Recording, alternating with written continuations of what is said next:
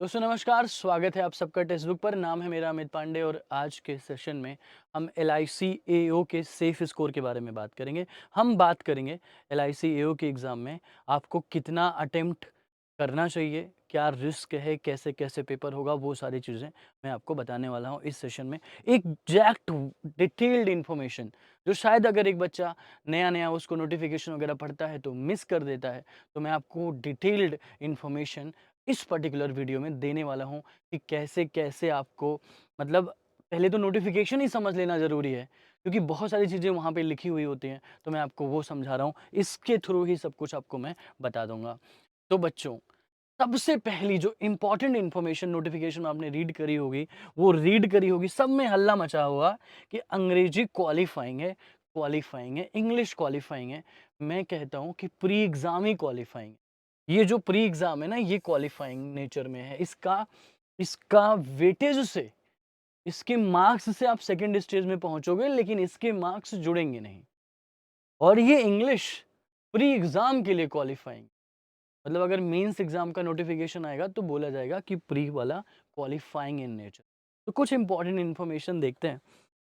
यहाँ पे साफ साफ लिखा है बच्चों कि English language test will be qualifying nature and the marks in English language will not be counted for ranking. Ranking के लिए आपको मार्क्स काउंट नहीं होंगे। तो रीजनिंग में 35 सवाल आएंगे। ये सब चीज़ें आपको पता ही होंगी। आगे बढ़ते हैं, अगली स्लाइड पे देखते हैं क्या है। अब देखो कि नेगेटिव मार्किंग का सीन क्या है। ये 3 सेक्शन हैं, reasoning, quantity, aptitude and English, और there will be a negative marking of 0.25 marks in the prelims exam.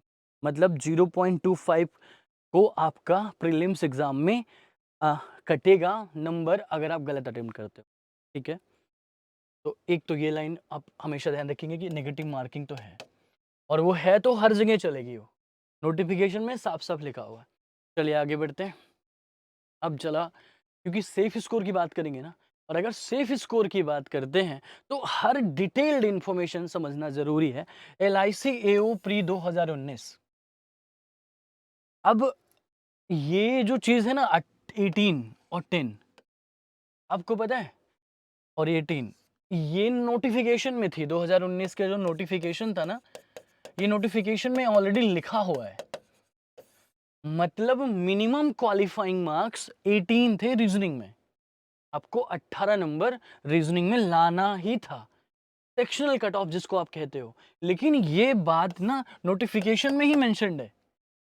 चलो ये 2019 की बात है, मैं 2020 में आपको लेके चलता हूँ।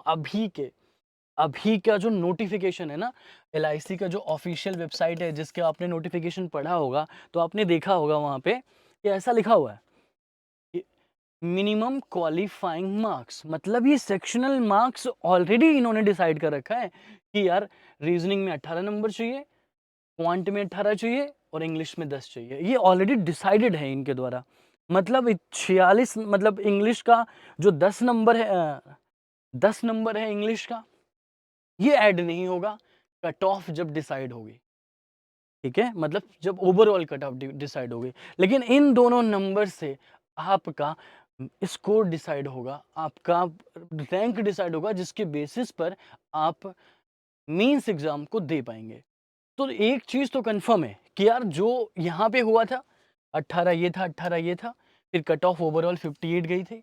सेम यहाँ पे कहानी है कि मिनिमम स्कोर आपको करना है 18 मार्क्स, और क्वांट में मिनिमम आपको करना है 18 मार्क्स।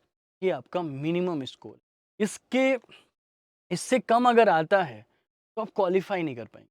तो ये अपने दिमाग में रख लीजिए कि मिनिमम तो 18, 18, 36 नंबर तो लाने ही लाने हैं। और इंग्लिश वाले 10 नंबर बनते हैं जो, तो ये ऐसा है कि भाई जुड़ेगा नहीं, रैंक डिसाइड करने के टाइम पे नहीं जुड़ेगा, लेकिन क्वालिफाइंग 10 नंबर चाहिए। अगर आप जनरल कैटेगरी से मैच करते हो, एससी एसटी पीडब्ल्यूडी के अलावा किसी और कैटेगरी से मैंने मतलब किसी और कैटेगरी से बिलोंग करते हो, तो 10 नंबर अंग्रेजी में चाहिए। अगर आपके 8 नंबर या 9 नंबर आते हैं तो फिर वो दिक्कत वाली बात है, फिर आपका सिलेक्शन नहीं होगा। तो ये तो मिनिमम चीजें हैं, ये हमें स्कोर करना है। तो सबसे पहले अपने माइंडसेट को ये मान लीजिए कि पेपर ऐसा आने वाला है जिसमें सबके सारे बच्चे 18 सवाल तो कर ही पाएँगे मिनिमम। तो मतलब पेपर का लेवल ईज़ी होगा।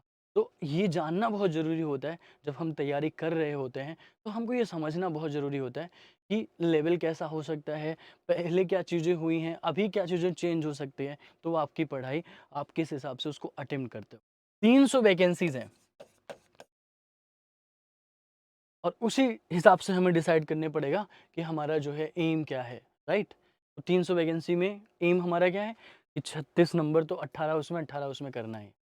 एक ही चीज़ पे ध्यान रखिएगा, पहले तो खूब सारी प्रैक्टिस करिए, अभी भी दिन बहुत है, मॉक भी दीजिए और ये मान के चलिए यार मुझे कम से कम नहीं तो 25-25 तो अटेम्प्ट करना ही है, मैथ्स में भी और रीज़निंग में भी। और इंग्लिश के तो 10 नंबर वही क्वालिफाइंग है जिसमें आप क्वालिफ़ाई हो जाओगे।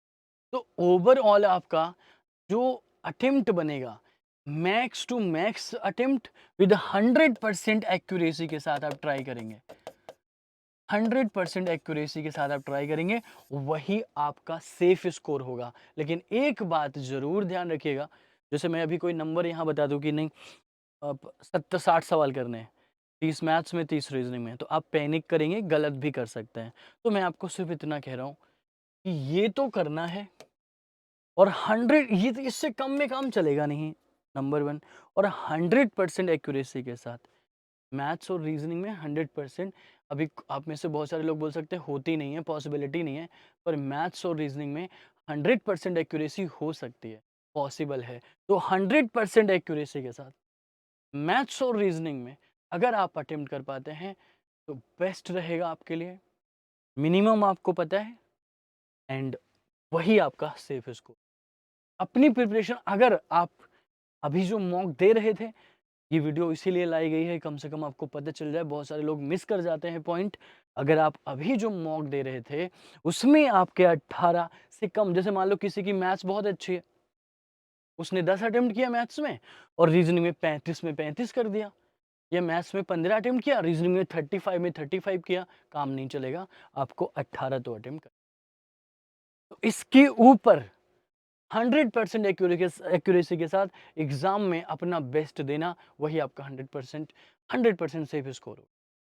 तो उसके लिए काम करिए, मेहनत करिए दमदार तरीके से और अच्छे से पढ़िए, कॉन्सेप्ट भी क्लियर कर लीजिए, अभी दिन बाकी हैं कुछ दिन, कॉन्सेप्ट भी क्लियर करिए और एग्ज़ाम में अपना बेस्ट देने की कोशिश करिए। अगर कोई चैप्टर चाहे मैथ्स की बात करूँ, रीजनिंग की बात करूँ, वहाँ पे कुछ आपकी थोड़ा बहुत कमज़ोरी है, तो उसको भी ठीक कर लीजिए, क्योंकि दोनों ही इम्पॉर्टेंट हैं और दोनों के दम पर ही सिलेक्शन हो। दोस्तों बस इतना ही कहना था, ये इन्फॉर्मेशन आपको देनी थी। अपना बहुत ध्यान रखिए, बहुत मेहनत करिए और मेहनत से पढ़िए, खुश रहिए। Thank you, take care, bye bye.